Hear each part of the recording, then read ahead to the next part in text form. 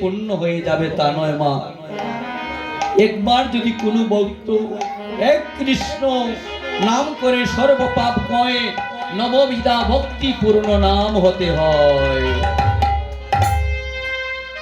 হারেশ বাল্যকাল থেকে ভগবানের নাম নিয়ে থাকেন। কিছু ছেলে দেখবেন সন্ধ্যার সময় আরতি করে, কীর্তন শুনলেই চলে যায়, আর কারো মাতা পিতা টেনেও আসরে বসাতে পারে না। তার কারণ হচ্ছে তোর দোষ নয় বাবা, দোষটা তো ছিল আমারই। আমি জন্ম দেওয়ার সময় মাতৃগর্ভে যখন তুই আবদ্ধ ছিলে, আমি কখনো তোকে নিয়ে কৃষ্ণ নাম শ্রবণ করাইনি। তাই হারেশালী কৃষ্ণ নাম নিচ্ছে। 22 বাজারে বেত্রাঘাত করতে করতে সাতক্ষীরা জেলার বরুণ গ্রামে 22 বাজারে বেত্রাঘাত করতে করতে কার আদেশে হলো? কাজীর আদেশে। জল্লাদ আবুল নামে জল্লাদকে পাঠিয়ে দিলেন হারিসের বিরুদ্ধে। যতক্ষণ পর্যন্ত বদন থেকে কৃষ্ণ নাম বন্ধ না করছো, আমি কিন্তু তোমাদের গর্দান দিয়ে দিব। হারিস চিন্তা করলেন, আমার জন্য প্রাণ চলে যাবে অন্যের, সেটা তো সাধুর লক্ষণ নয়। আমাকে তোমরা এই নদীতে ফেলে দাও। তাই সুনামগঞ্জ জেলার সাথে কানেকশনটা কিভাবে ঘটে? সাতক্ষীরা জেলায় নদীতে ফেলে দেওয়া হয়েছিল, আর বাঁচতে বাঁচতে বাঁচতে বাঁচতে আমাদের সুনামগঞ্জ জেলার তায়েরপুর থানার লাউর পরগনার নবগ্রামে, যেখানে অদ্বৈত প্রভু কৃষ্ণ কৃষ্ণ কৃষ্ণ বলে ধ্বনি করতেন, সেখানে উপনীত হয়ে গেল। তাই হরিদাসের সাথে অদ্বৈত প্রভুর মিলন হয়ে গেল।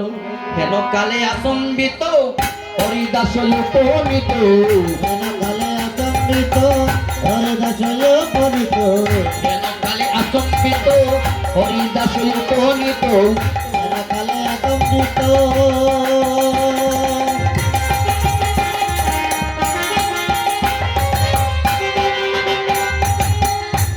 কালে আসম্বিত হরিদাস উপনীত।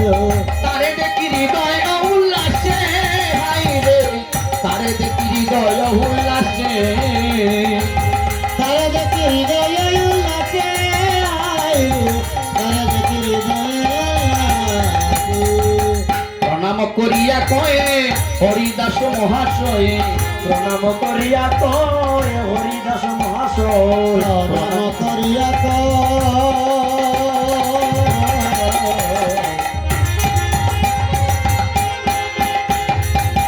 প্রণাম করিয়া কই হরিদাস মহাশয়, তোমার উদ্দেশ্যে আইলাম আমি, ভাই রে তোমার উদ্দেশ্যে আইলাম আমি, ভয় রে তোমার উদ্দেশ্যে আইলাম আমি, আয় রে তোমার উদ্দেশ্যে আইলাম আমি, তোমার উদ্দেশ্যে আইলাম আমি, ভাই রে তোমার উদ্দেশ্যে আইলাম আমি, ভয় রে তোমার উদ্দেশ্যে আইলাম আমি, আয় রে তোমার উদ্দেশ্যে আইলাম আমি।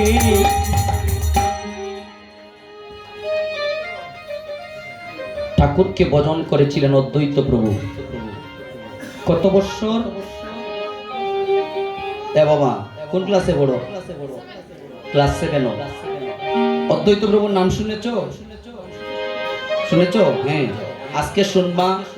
আমাদের 5 জন অবতারের শেষ অবতারের মধ্যে একজন অবতার হচ্ছেন অদ্বৈত। উনি 14 বছর অনাহার অনিদ্রা থেকে গোবিন্দ প্রার্থনা করে আমার মহাপ্রভুকে এনেছিলেন। কত বছর? 14 বছর।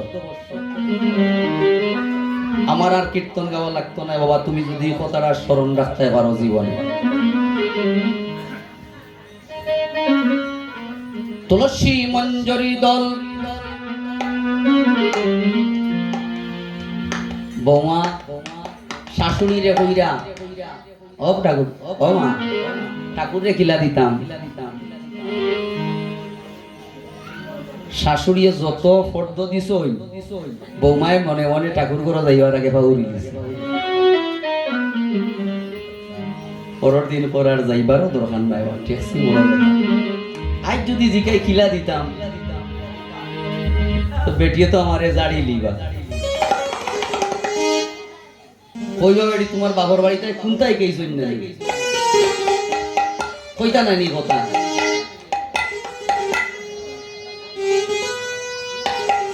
বিজ্ঞজন বললেন চরণ কমলে 4 বার নামি পদ্মে 3 বার মুখমণ্ডলে 4 বার সর্বাঙ্গে 7 বার কইল অতবার দিতাম কোন সময় দিবারও কাম নাই হলো জান্নানি আমরা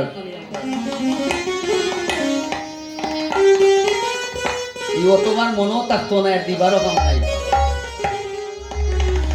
চলে যাচ্ছে কিন্তু অদ্বৈত রৌ বলছেন তুলসী মঞ্জরির দল আর সহ গঙ্গার দল তুলসী মঞ্জরি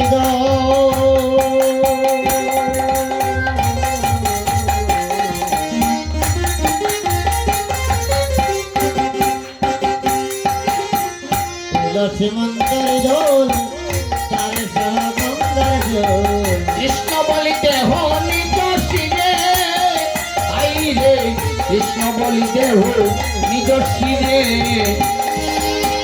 কৃষ্ণ বলে রাবণে দাসিরে কৃষ্ণ বলে রাবণে দাসিরে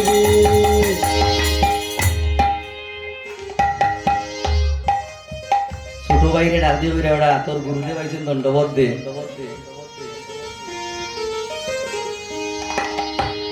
ছোট ভাই গীতা করছে জানো এমনি গুরুদেবর চরণ তাকে নিয়ে মাথাত গুরুদেবর দিলেইছে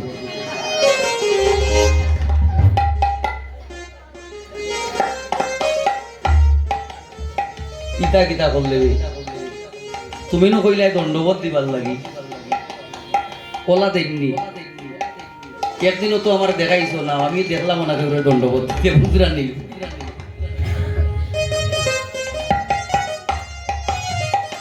ঠাকুর ঘর গেলে 5 জাত ফল লাগে 5 জাত মিষ্টি লাগে তখন 5 জাত মিল করতে পারলো না আর হইল ঠাকুর তুমি তোমার আইস থাকো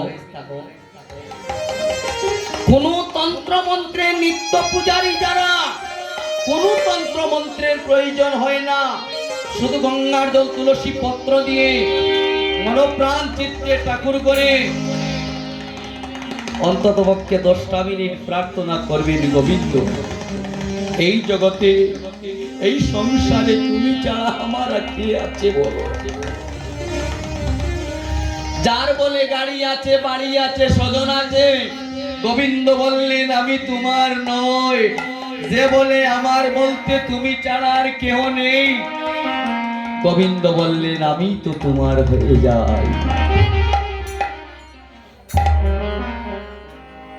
এক বিধবা মাতার একটা গাবি ছিল বিধবা মাতার একটা গাবি ছিল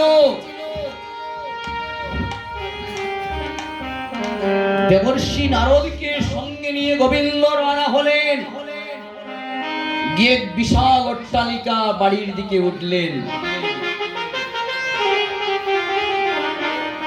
কিছু পিছন দিয়ে চলে আসছে দেবর্ষি নারদ মনে মনে চিন্তা করলেন আমি তো জগতের সবচেয়ে বড় ভক্ত নারদকে বলেছিলেন ও নারদ তুমি যদি বড় ভক্ত দর্শন করতে চাও না শ্রবণ করতে চাও বড় ভক্ত দর্শন করতে হলে যেতে হবে মত্তদামে আর মত্তদামে গেলে পিতার জ্বালায় বড় কষ্ট করতে হয় দেবর্ষি নারদ বললেন আমার চেয়ে যদি কোনো বড় ভক্ত থাকে আমি দর্শন করতে যাব এই আসলেন মত্তদামে উঠে গেলেন বিশাল একটা অট্টালিকা বিল্ডিং এ কিদার জ্বালায় চটপট করতে করতে দেবর্ষি নারদকে গোবিন্দ বললেন অগোবিন্দ দেবর্ষি নারদ গোবিন্দকে বললেন, অ গোবিন্দ, কি খিদার জ্বালায় গোবিন্দকে চিনতে পারছেন না।